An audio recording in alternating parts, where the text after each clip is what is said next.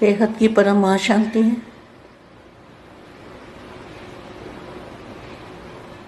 बेहद के बच्चे अनेकों को संजीवनी बूटी देने वाले, अनेक आत्माओं को संजीवनी बूटी देने वाले महावीर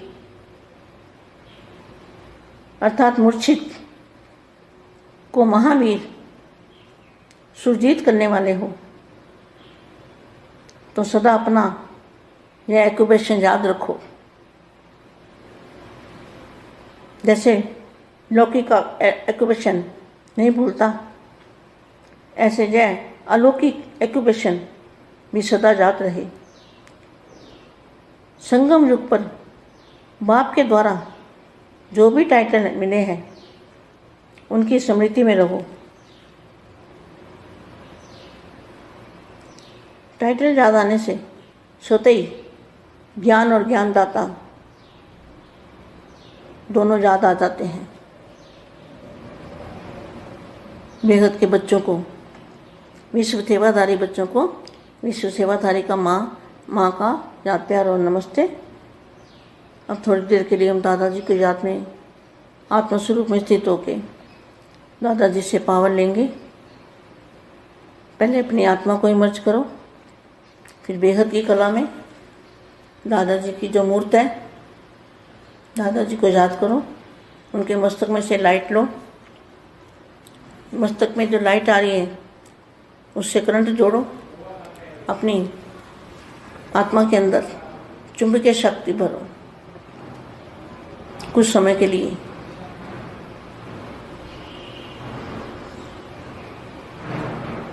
परम महाशांति।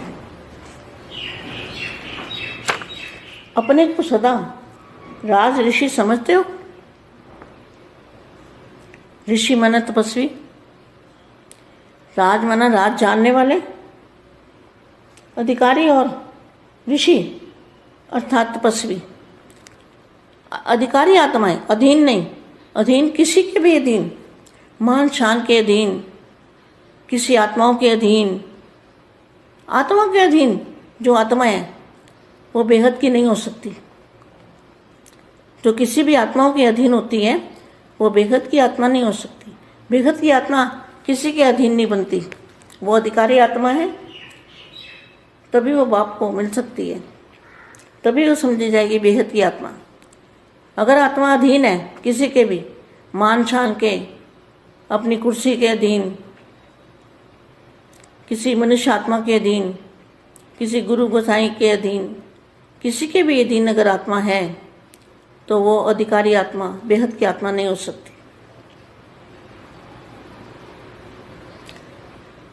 सौ का राज्य प्राप्त होने से स्वतः ही तपस्वी बन जाते हैं, क्योंकि जब 100 का राज्य होता है ना तो आत्मा, तो स्वयं को आत्मा समझने से, बाप का बनने से यही तपस्या हो जाती है। आत्मा बाप की बनी अर्थात तपस्वी बनी। जब बाप की बनती है ना तब समझो तपस्वी बनी। तो राज्य और ऋषि ये भी हो तो सभी स्वराज्य अधिकारी बने हो क्वेश्चन मार्क। कोई भी कर्म इंद्रियां अपनी तरफ आकर्षित न करें, सदा बाप की तरफ आकर्षित रहो। किसी भी व्यक्ति व वस्तु की तरफ आकर्षित न जाए, आकर्षण न जाए। ऐसे राज्य अधिकारी तपस्वी बेहद के बनो, क्योंकि वायुमंडल तो कलयुगी है ना, और साथ भी हंस और बगलों का है। क्या जो साथ में है वो भी हंस और बगले। ऐसे वातावरण में रहते हुए स्वराज्य अधिकारी होंगे तब सेफ रहेंगे। जरा भी दुनिया के वाइब्रेशन की आकर्षण ना हो, कोई कंप्लेंट नहीं, सदा कंप्लीट। कंप्लेंट आती है तो समझो कंप्लीट नहीं है, क्योंकि शक्ति बहुत होती है इसमें। बेहद की आत्मा में बेहद की शक्ति होती है। तो व्यर्थ नहीं, समय को व्यर्थ नहीं गंवाना, शक्ति को व्यर्थ नहीं गंवाना। संकल्प और स्वप्न में भी बाप के सिवाय और कोई नहीं, तब कहेंगे नंबर 1 बेहद की आत्मा। सबको निर्विघ्न बना सकते हो टाइटल क्या है आपका? टाइटल है ना बेहद के बच्चों का, विघ्न विनाशक। किसी भी प्रकार का विघ्न, मनसा चाहे वाचा चाहे कर्मणा, किसी भी विघ्न के वशीभूत ना हो, इसलिए बच्चों का ही टाइटल है विघ्न विनाशक। तो आपके यादगार में विघ्न विनाशक नाम प्रसिद्ध है, तब तो यादगार है ना। विघ्न विनाशक बनने से स्वतः ही मनसा द्वारा सेवा होती है।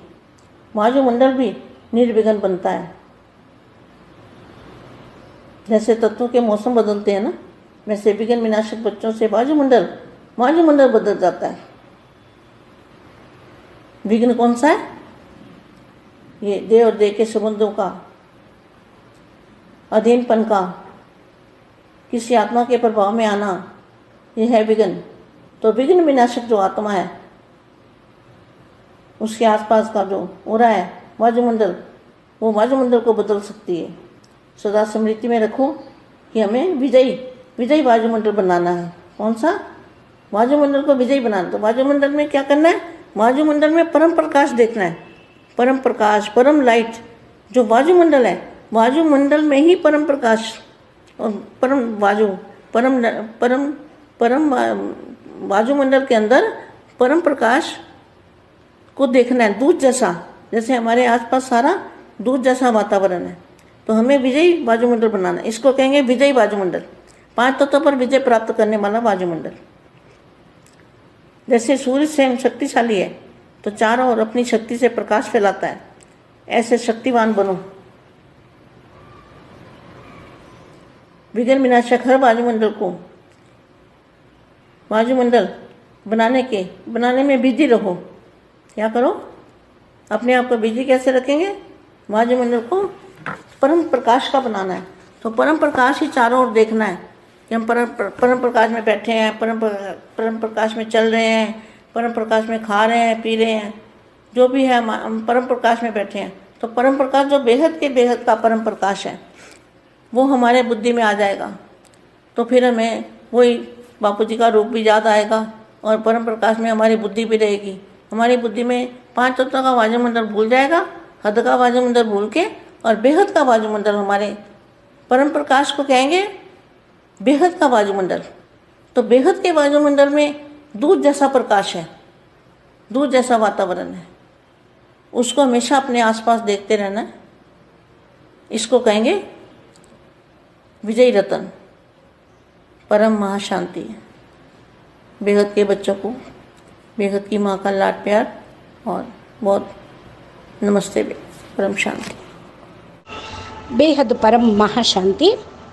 బేహద్ మా బేహద్ పిల్లలందరినీ కూడా సంజీవిని మూలికలతోటి ఆత్మల్ని మేల్కొల్పే మహావీర్ లాగా కండి అని సంబోధిస్తున్నటువంటి హిందీ వీడియో ఇప్పటి వరకు మీరు విన్నారు.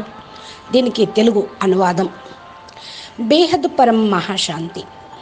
బేహద్ పిల్లలు, మీరు మూర్చబోయినటువంటి లక్ష్మణ లాంటి ఆత్మలను సంజీవిని, జ్ఞాన సంజీవిని తోటి మేల్కొల్పేటువంటి పిల్లలు. మీరందరూ కూడా మహావీరుడు. మహావీరుడు సంజీవిని పర్వతాన్నే తెచ్చాడు. మరి వాళ్ళని మేల్కొల్పాలి అంటే మీరు జ్ఞాన సంజీవిని పర్వతం లాంటి బేహద్ద జ్ఞానాన్ని అందించాలి. ఈ సదా తమ యొక్క ఆక్యుపేషన్ని సదా స్మృతిలో ఉంచుకోండి.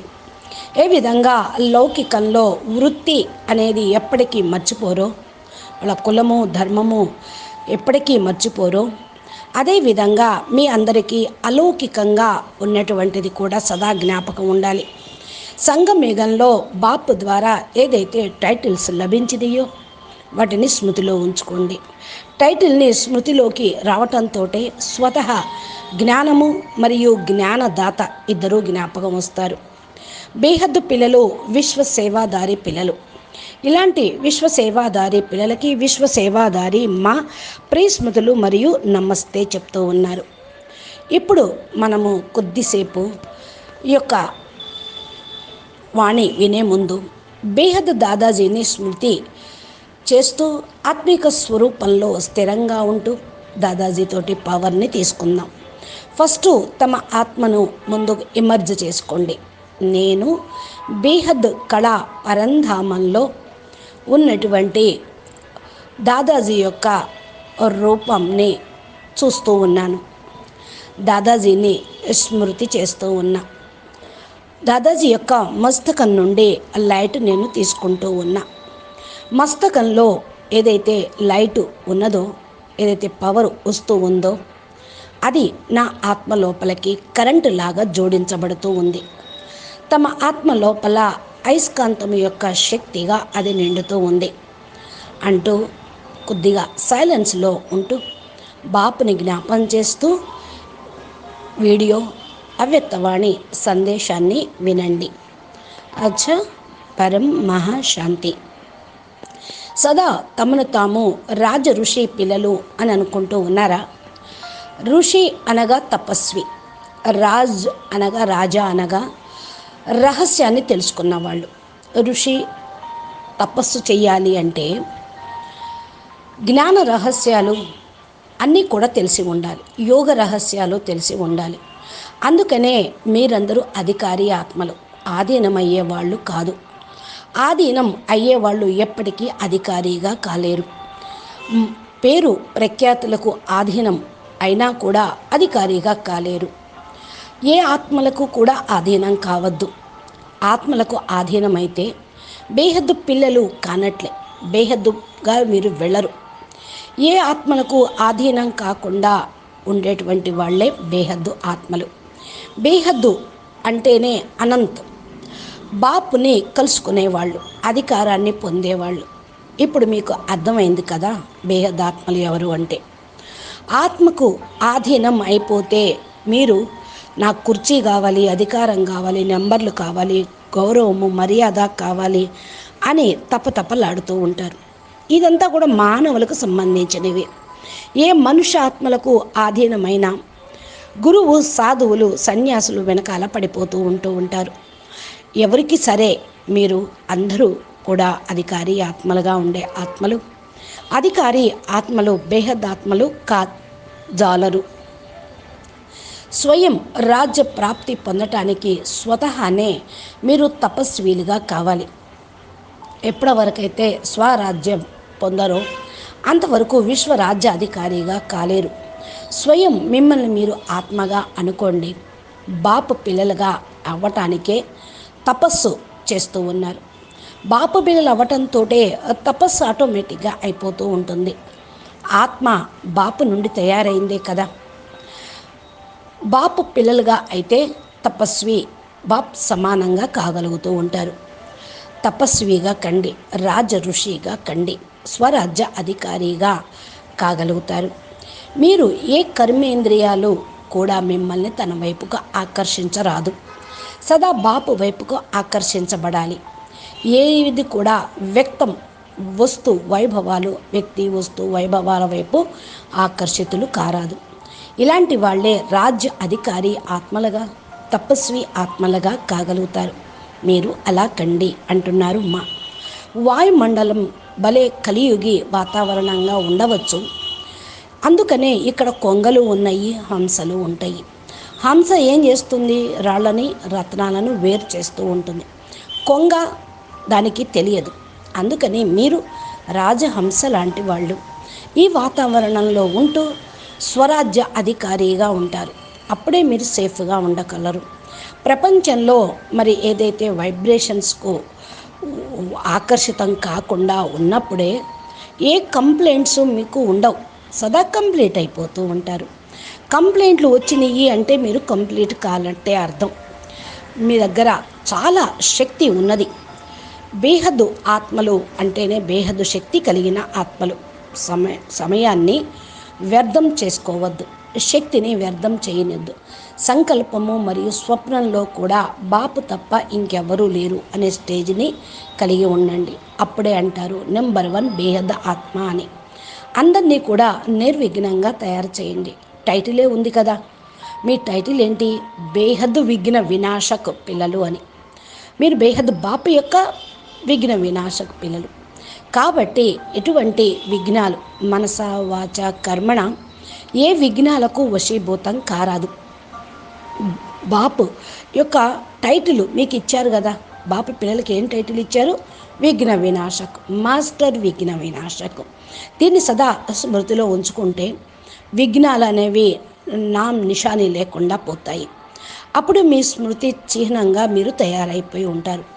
మరి స్వతహానే విఘ్న వినాశకులుగా అగుటకు మనసా సేవ అనేది జరిగిపోతూ ఉంటుంది. ఈ విధంగా అవటంతో మనసా సేవ జరిగిపోతుంది. వాయుమండలంలో కూడా నిర్విఘ్నంగా కాగలుగుతారు. ఏ విధంగా తత్వాల యొక్క వాతావరణం మారిపోతూ ఉంటుంది కదా, అంటే సీజన్ మారుతుంది. వర్షాకాలం, చలికాలం, ఎండాకాలం. అదేవిధంగా విఘ్న వినాశకు పిల్లలతోటి వాయుమండలం కూడా మారిపోవాలి. ఎలాంటి విఘ్నాలు దరిచేరరాదు. దేహము, దేహ సంబంధీకులకు ఆధీనం కారాదు. ఏ ఆత్మకు ప్రభావితం కావద్దు. విఘ్న వినాశకులు ఆత్మలు ఎవరైతే ఉన్నారో వారి యొక్క చుట్టుపక్కల కూడా చక్కటి పాజిటివ్ ఆరా అనేది ఉంటుంది. ఇది వాయుమండలంలోకి వెళ్ళిపోతుంది. వాయుమండలాన్ని మార్చగలుగుతూ ఉంటుంది. సదా స్మృతిలో ఉంచుకోండి. మనము విజయీ ఆత్మలము. వాయుమండలాన్ని పాజిటివ్గా తయారు చేసేవాళ్ళం. ఏమిటి వాయుమండలం అంటే విజయీ ఆత్మలుగా కండి. వాయుమండలం పరం ప్రకాశంగా చూడండి. పరం ప్రకాశం, పరం లైట్ వాయుమండలాన్ని తయారు చేయండి. పరం వాయుమండలం లోపల పరం ప్రకాశాన్ని చూస్తూ ఉండండి. అది తెల్లగా పాలలాగా స్వచ్ఛంగా ఉంటుంది. అది మన చుట్టుప్రక్కల కూడా ఉన్నటువంటి వాతావరణం. బాపూజీ ఇదే చెప్తూ ఉన్నారు. మీరు విజయ ఆత్మలు, వాయుమండలాన్ని చక్కటిగా తయారు చేసేవాళ్ళు. విజయీ వాయుమండలం పంచతత్వాలని పరమతత్వాలుగా వాయుమండలంగా మార్చేవాళ్ళు. ఏ విధంగా సూర్యుడు స్వయం శక్తిశాలి, నలువైపులా తన యొక్క శక్తి యొక్క ప్రకాశాన్ని ప్రసారం చేస్తూ ఉంటారు. అదేవిధంగా శక్తివాన్గా మీరు కూడా కండి. మాస్టర్ సర్వశక్తివాన్. బేహద్దు పిల్లల్లో అనంత కోటి సూర్యుల శక్తి, బేహద్దు సూర్యుడి శక్తి మాస్టర్గా ఉన్నటువంటి వాళ్ళు. విఘ్న వినాశకు వాయుమండలాన్ని తయారు చేస్తే మీరు వ్యర్థత్వం నుండి సమర్థులుగా అయిపోతారు. దీంట్లో బిజీగా కండి. ఏం చేయాలి? మిమ్మల్ని మీరు బిజీగా ఉంచుకోండి. వాయుమండలాన్ని పరం ప్రకాశంగా తయారు చేయండి.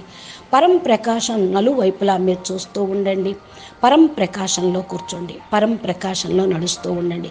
పరం ప్రకాశంలో తింటూ ఉండండి, తాగుతూ ఉండండి. పరం ప్రకాశంలో కూర్చోండి. పరం ప్రకాశం బేహద్కే బేహద్ పరం ప్రకాశం. ఇది సదా బుద్ధిలోకి వస్తూ ఉంటే మనం బాపూజీ యొక్క రూపాన్ని కూడా జ్ఞాపకం చేయగలుగుతూ ఉంటాం. పరం ప్రకాశంలో మన బుద్ధి ఉండిపోవాలి.